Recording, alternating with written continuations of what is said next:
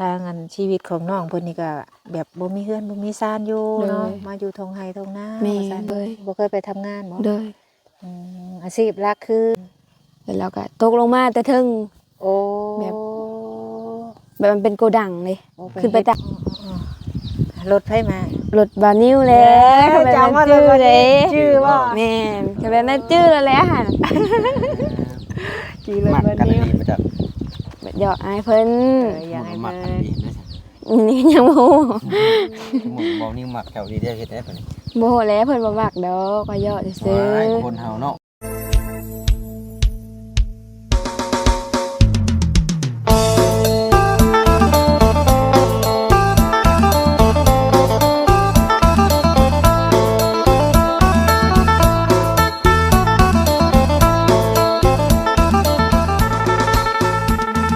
มาไกลพอสมควรเปิดมาอีกมื้อนี้หลงทางอึกกระทึกเบาแอนโดยสบายดีลงทางเนาะเนาะโดยหลงทางพี่น้องเอ้ย เดี๋ยวจะได้มาฮอด จักแม่นไผพากันลงเนาะมีแต่คนบ่เคยมามีแต่คนบ่เคยมาพากันมาเนาะเจ้าก็บ่เคยบ่ บ่เคยมาจักเทื่อมาครั้งแรกคือกัน เคยเห็นแต่ในคลิปว่าน้องน้อยว่าซั่น บ่แม่นเช้ากว่ากิโลบ่เฮาลงทางกลับไปกลับมา จักแล้ว เกือบ30พุ่นประจักษ์ คันรวมมันก็ฮอด20 30พุ่นแหละ กลับออกไปแล้วกลับเข้ามาอีกออกไปอีกเข้ามาอีก โอ้ย โอ้จนเมื่อย อยู่ลึกลับบ่ได้อยู่หน้าเพิ่นบ่นี่เนาะ โคตรโพเนาะ โดย ก็มีแต่ว่าพุ่นแหละเข้า ไป บ้าน ซะ เพิ่นบ่ไป เข้าไปหาทางน้องเพิ่นก่อนไปพากันเข้าไปก่อนพี่น้องเอ้ยเข้าไปบ่เคยมาจักเทื่อหาก็ได้เนาะเห็นแต่ในคลิปมันหลายๆช่องที่เพิ่นก็มาหาเพิ่นเจาะน้ำเพิ่นก็ได้เด้อันนี้สบายดีเจาะน้ำมื้อใดอีหล่ะอันนี้ๆว่าง เอ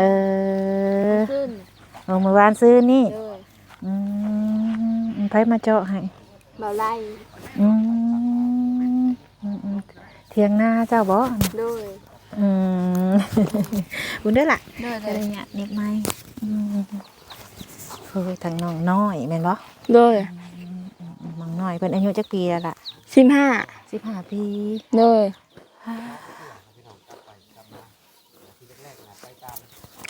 อยู่หน้านี่ประจำบ่หรือว่าแนวใด อยู่แต่หน้าพี่บ่มีเฮือนบ่ได้เข้า โอ้บ่มีเฮือน เลย ทุกข่อยลงทางมาอีกก็คือป้าซับไปนั่งอยู่เตียงพุ่นล่ะอยู่บ่มีเฮือน เลย อยู่หน้านี่ป้าผม โดย เรายาวแท้อันนี้ เลย อยู่กับไผอีหล่ะ พ่อ แม่จะได้ซะ แม่เมื่อบ้านก็เจ้ามาหากินดองเลย จะมีพี่น้องกันจักคนล่ะ มี6ตาย4 โอ้มี6คนเสีย4คน สวยเลย โดยเอานั่งอีหล่ะโอ้บ่มีเฮือน เลย ก็เลยพากันอันมาอยู่นะ แม่น นั่นบ่พอเจ้า เลย จ้ะเป็นยังน้ำยัง น้ำกิน โอ้น้ำ กิ กิ น น ตักมาแต่หนอง โอ้น้ำนอง เลย หรือน้ำสร้าง น้ำหนอง เอากินบ่ แม่นกินน้ำหนอง หรือใส่หนองค่ะ ฮู้หนองกับเจ้า โอ้สร้างว่าได้กินน้ำหนองบัดนี้พี่น้องเนาะเห็นแต่ในคลิปน้องมาเห็นตัวจริงก็เป็นตาฮักได้พี่น้องโดยสวัสดีเด้อทางบ่แอน สวัสดี โดย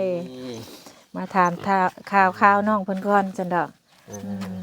เห็นแต่ในคลิปนะบ่แอนเนาะ น้องน้อยบ่ เลย โอ้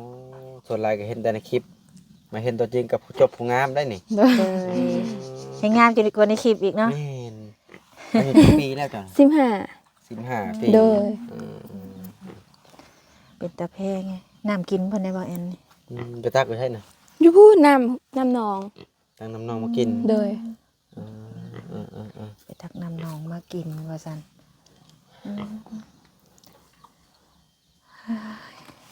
เพิ่นว่าเพิ่นบ่ได้มีเฮือนมีซ่านเพิ่นมาอยู่เถียงนา แม ว่าซั่ น น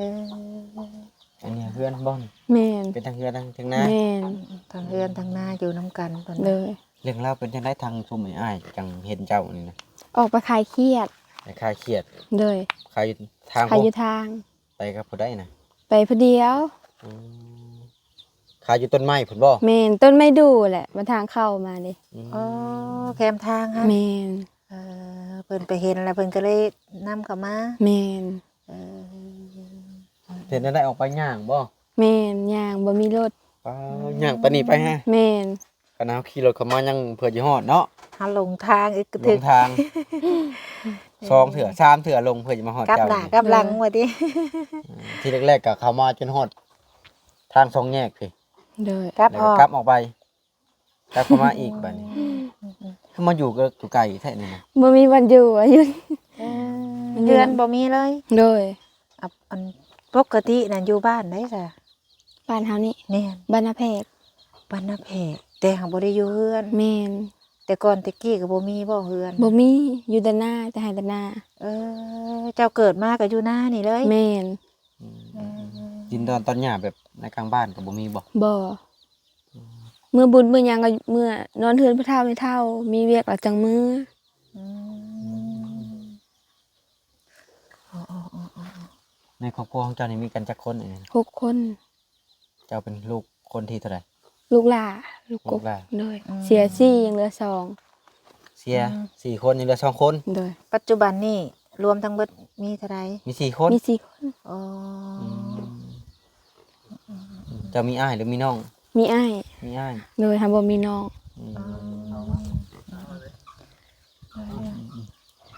เจ้ากาได้หำได้เฮียนบ่ เฮียนทำว่าซี่แต่ก็บ่เป็น อ่านเป็นบ่ เล็กน้อย เขียนชื่อตัวเองเป็นติ เป็นอยู่ มีใครเยอะเนาะ น้องน้อยมีโตยังไง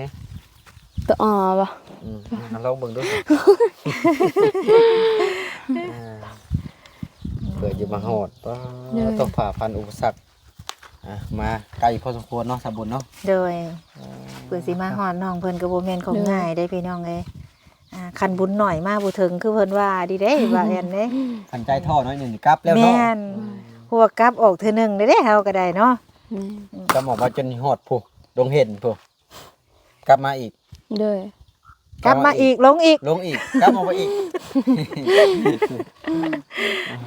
จุดค่ำลงทางอันนี้บอกเขาว่าลงทางเสียเวลาเนาะเสียเลยเนาะ บ่คือลงคันหน้าเสียแต่คันเบ็ดบ่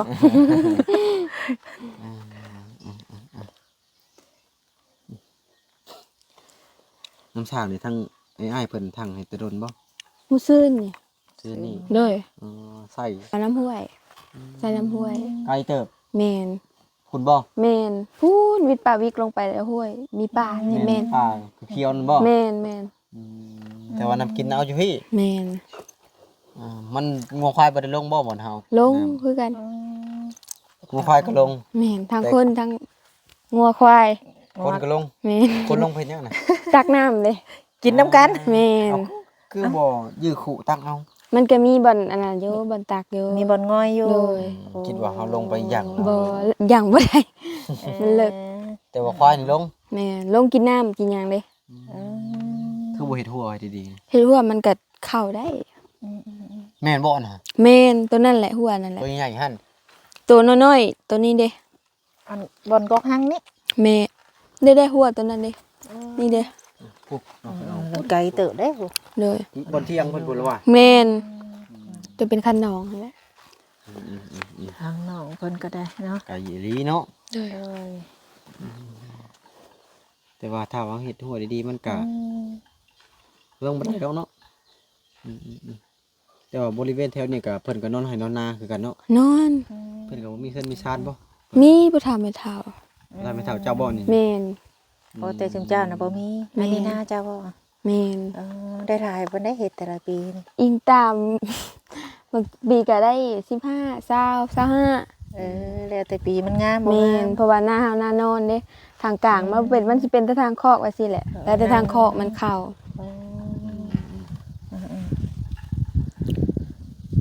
นู้นเนาะ แม่น สร้างมาพ่อแท้นี่เนาะไผมาพ่อเจ้าทำอิฐทำออก เบานิ้ว โอ้เบานิ้ว เลย เบานิ้ว พ่อพี่บ่หรือพ่ออยู่บน พออยู่ทางขายเครียด แล้วเพิ่นสวนเข้ามา เลย เมื่อแล้วบ่เบานิ้วค่ะ เมื่อแล้ว คำจังหน่อยแล้วเพิ่นมา ครับจังได้มาอีก เลย เห็นแววได้ยินแววๆเด้ว่าอันครบ กันกับบ่นิ้วบ่อีหยังแม่นบ่ บ่หยอก บ่หยอกกัน เอ้ย พอได้ม่วน แม่น แซวกันไปเนาะ เด้อ เจ้าบ่แม่นอลีไปนักชั่วกลับออกไปแล้วจะกลับเข้ามาอีกสงสัยอยู่ เพิ่นแซวกันใส่ แม่น บ่หยอกกัน เด้อ โดยเอาเห็นนั่นเพิ่นเว้าหยอกกันแน่นคลิปเบาเหย้าจังดอกบ่เพิ่นออกไปจังได๋เพิ่นก็มาใหม่อีก เด้อ เพิ่นไปหากินข้าวกินน้ำไปหาลงคลิปเพิ่นบ่ แม่น มันบ่มีสัญญาณ บ่มีสัญ นี่เนาะ ญาณอยู่นี่เด้ เบแล้วเวลาเจ้าลิ้นโทรศัพท์ไปซะ มีอยู่คันใด โอ้ยอยู่คันใดนี่มี เด้อ ในขณะนี้ แม่น โอ้บ่นั่งข้างคันใดอยู่บัดมื้อวะ แฮงบ่สามารถลิ้นได้ ได้ ใครแน่ติบ่แอน โทรได้ ได้ เอาคลิปลงก็ได้ ได้ เออ มันขึ้นกับโทรศัพท์ได้ แม่ ตัวนี้ น เนาะ แม่นบางอันก็แบบมันยังบ่ลื่นก็บ่แห้งปานใด เออคันว่าอันนั้นลิมก็ต้องมีไม่เสและรุ่นนี่ ก่อนขึ้นมันกกไม้คือแรกคือ น่าจะมีแถวนี้เนาะบริเวณแถวนี้เนาะ แม่นมีเป็นบางหม่องนะ แม่ เพิ่นว่านี่ บางทีไปต้นม่วงเจ้ามีบ่จ้ะนะ เอ้าทางอันชีวิตของน้องเพิ่นนี่ก็แบบบ่มีเฮือนบ่มีซ่านอยู่เนาะมาอยู่ทงไห้ทงนา แม่ ว่าซั่ น นเป็นยังดีเถอะยังมีบ่อนให้มาอยู่อีกเนาะ เลย พ่อแม่พามาอยู่ไห้อยู่นาแต่น้อยเพิ่นว่าซั่นๆ แม่น อืมใส่สะอายเจ้า อ้ายเฮาไปรับจ้างแล้วไปเฮ็ดอันยาสูบเด้อยู่แถวบ้านแพงพุ่นแหละ โอ้ แถวบ้านแพง อยู่บ้านแพง แถวบ้านนาย่าง พูน แถว บ้า อัน แพ นั้น งพุ่นเพิ่นปลูกยา แม่น อืมไป แถวนั้นเฮ็ดยาเฮ็ดมะเขือแถวนั้น โอ้ บ่จักซ้ำบ่เห็นก็บ่ เอา เคย บ้าน ถือ แพงพุ่นแล้วไปทางอันบ้านแพงบ่แม่นฝั่งไทยบ่ แม่น อืม ทางไทยบ่ แม่น ไทยแต่ว่าบ่แม่นของเทพ แม่นนี่แถวเขตอันนี้ เพราะว่าบ้านข่อยเขาเคยไปนะอืมแต่เจ้าได้เคยไปอยู่บ่ล่ะบ่เคยไปทำงานบ่ เด้อ อาชีพหลักคือ ขายเครียดขายหาเครียดขาย หา หา เครียด เนี่ยมาแดง ขา ขาย ยแม่น บัตรเขียดเบิดได้ซะ เครียดเบิดก็หาเฮ็ดมันมีเป็นยาม ถึกช่วง แม่น คือยามนี่นะหาตะเคียด หาเครียดฉันว่าก็แยมมาแดงขาย แสดงว่าอย่าหาเขียดแล้วก็ยังแดงคาย เด้อ สมมุติว่ามันแดงเบิดอีกได้บัดนี้ เฮ็ด เฮ็ดออกมาอีก แม่น เฮ็ดเบิด ก็ น้องไม้ กุจิโล น้องไม้ น้องไม้ ไปได้นะ ยังไป เออ มันมีเป็นช่วง เวลาไปหานี่ก็ไปกับแม่บ่ เด้อ เออ ไกลเติบบ่ไปแต่ละมื้อ ไกลพูนมือกับมือก็ห่อเข้าไป อืม แต่ว่าเวลาที่อ้ายเพิ่นว่าสิก็บ่ได้ไปเนาะ แม่น แสดงว่าแต่ก่อนไปทุกมื้อ แม่ จนบ่ได้อยู่เฮือน แม่น บ่ได้ไปจักมื้อเลย 4-5มื้อเจ้า อ๋อค่ะเพิ่นมาพ่อนี่ก็เลยบ่ได้ เด้ ไป อ ถือว่าได้ แม่ พักผ่อนเนาะ แม่น ก็เลยบ่ได้ไปเนาะ เด้อ ในความคิดของน้องนี่ก็อยากอยู่บ้านอยู่ช่องคือหมู่อยู่บ่ อยากอยู่อยากพ่อหมู่พ่อหยังอะ อืม ก็มีหมู่อยู่บ่ซ้ำสมมุติว่าเฮามือบ้านไปสิ บ่ บ่มีหมู่ ก็เจ้าไปรับจ้างมื้อละช่วงนี้ อืม ช่วงยามนี้อะก็เจ้าไปรับจ้างเบิด บ่ความหมายว่าเวลามีบุญมีศีลเวลาเข้าบ้านก็มีหมู่บ่ บ่มีหมู่ผู้หนึงก็เจ้าผัวแล้ว อืมหมู่น่ะมีแต่เขาเอาผัวปะแล้ว แม่น อืม แล้วเข้าไปกำบ้านปากน้ำบ่ได้สักบ่นี่ โทรศัพท์ ลินโทรศัพท์ โทรศัพท์ เลย มันก็เหงาเลยนี่เนาะ อืม บ่ได้อยู่บ้านอยู่ช่อง เลย ก็เคยถามพ่อแม่ว่าเป็นหยังคือได้อยู่ให้อยู่หน้าจ้ะ บ่เคย บ่เคยถามบ่ เลย ก็คิดอยู่ว่าเฮาบ่มีแล้วก็ แม่น ก็เลยบ่อยากถามว่าซั่น แม่ ซะ น อืมหรืออยู่ทางบ้านนี่ก็มีเดินมีหยังหรือบ่หรือว่า บ่มี อืมบ่มีเดิน เลย บ่เฮือนไม่เฒ่าเด้ซะ มันบ่ได้กว้างพอดีแต่ย่อเฮือนเพิ่นนี่นะ โอ้บ่ได้กว้างบ่ได้ โดย ได้ย่อแต่เฮือนเพิ่น แม่น เฮาก็เลยออกมาอยู่นา แม่น นานี่ไม่เฒ่าบ่แบ่งให้ แม่นเพิ่นแบ่งให้เฮ็ด อืม หน้ากับหน้าอยู่ใกล้ก็ให้ในเนาะอยู่เด็กอยู่ไกลแห้งอีหลีนี่จังหน่อยก็มีรถขี่เมื่อ มันคันเราเคยเที่ยวเราก็สิว่าบ่ไกล ไกลบ่เจ้าว่ะ ไกล ถ้าเราเคยย่างตลอดหั่นได้ แม่นไกล เคยชีวิตเชิญอ้อยเพิ่นว่าเฮาเปียกก็ยัง แม่น เม่งมาแล้ว แม่น ยามฝนก็เปื้อน เพื่อสิมื้อฮอดบ้านอีกบ้านนี่ก็บ้านก็ไกล คุณและบ้านนาแพงเนาะเข้าไปทางใน แม่น ผู้ บ้านน้ นะ องโมผมบ่ บ้านน้องโม บ่ แม่ แม่นแพกว่าบ้านน้องโม แม่นบ้านละแพก อืม ไกลอยู่ อืม อืม เข้าในบ้านพุ่นเลย แม่น ย่างไวๆเข้าไปเด้ขับรถอีตอกนี่แหละเป็นบ่ บ่เป็น มีรถอีแจ็คอยู่เด้ขับไปเรียนขับดู จักบ่ฮู้ว่าสิฮอดไส อย่ามันบ่ฮอดเนาะ โดย มีแต่พ่อแล้วครับบ่ พ่อก็บ่เป็น อ้าวให้ครับซะ มีแต่อ้ายครับ